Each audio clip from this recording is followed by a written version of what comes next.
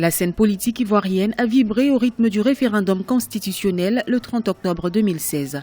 Avec un taux de participation de 42,42%, la victoire du oui est donc sans appel, 93,42% de suffrages enregistrés contre seulement 6,42% pour les partisans du non selon les résultats officiels.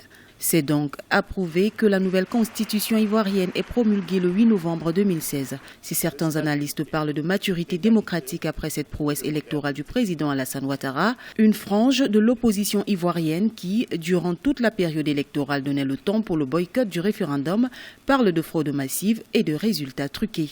L'absence de concertation serait la cause de cette division idéologique et politique durant le référendum en Côte d'Ivoire entre pouvoir et opposition. Cette nouvelle constitution n'a changé ni la forme de gouvernement, nous sommes toujours dans une république, ni la forme de l'État, nous sommes toujours dans un État unitaire, ni la nature du régime politique, nous sommes toujours dans un régime présidentiel. À l'analyse, il s'agit d'une révision constitutionnelle.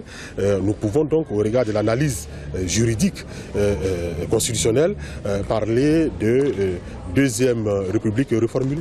Même si les révisions de la Constitution sont devenues courantes en Afrique, en Côte d'Ivoire, les partisans du non estiment que non seulement la période a été mal choisie, mais aussi que le projet n'a pas associé toutes les composantes de la société lors de son élaboration. Dans le cas ivoirien, certains observateurs estiment qu'une assemblée constituante, qui est une institution collégiale avec pour tâche la rédaction ou l'adoption des textes constitutionnels, aurait été plus fédérateur. Par ailleurs, les partisans du non parlent d'une constitution qui, au fil du temps, va créer de nouvelles dépenses aux contribuables ivoiriens. Pourtant, les autorités rassurent sur le caractère rassembleur et participatif de ce nouveau texte fondamental en Côte d'Ivoire. Les promesses de la Troisième République sont des promesses de paix, de stabilité, d'égalité et de modernité.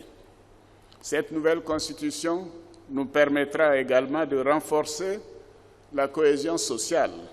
La Troisième République en Côte d'Ivoire apporte des réaménagements sur le plan institutionnel. Cette nouvelle constitution prévoit notamment la création d'un poste de vice-président et d'un Sénat.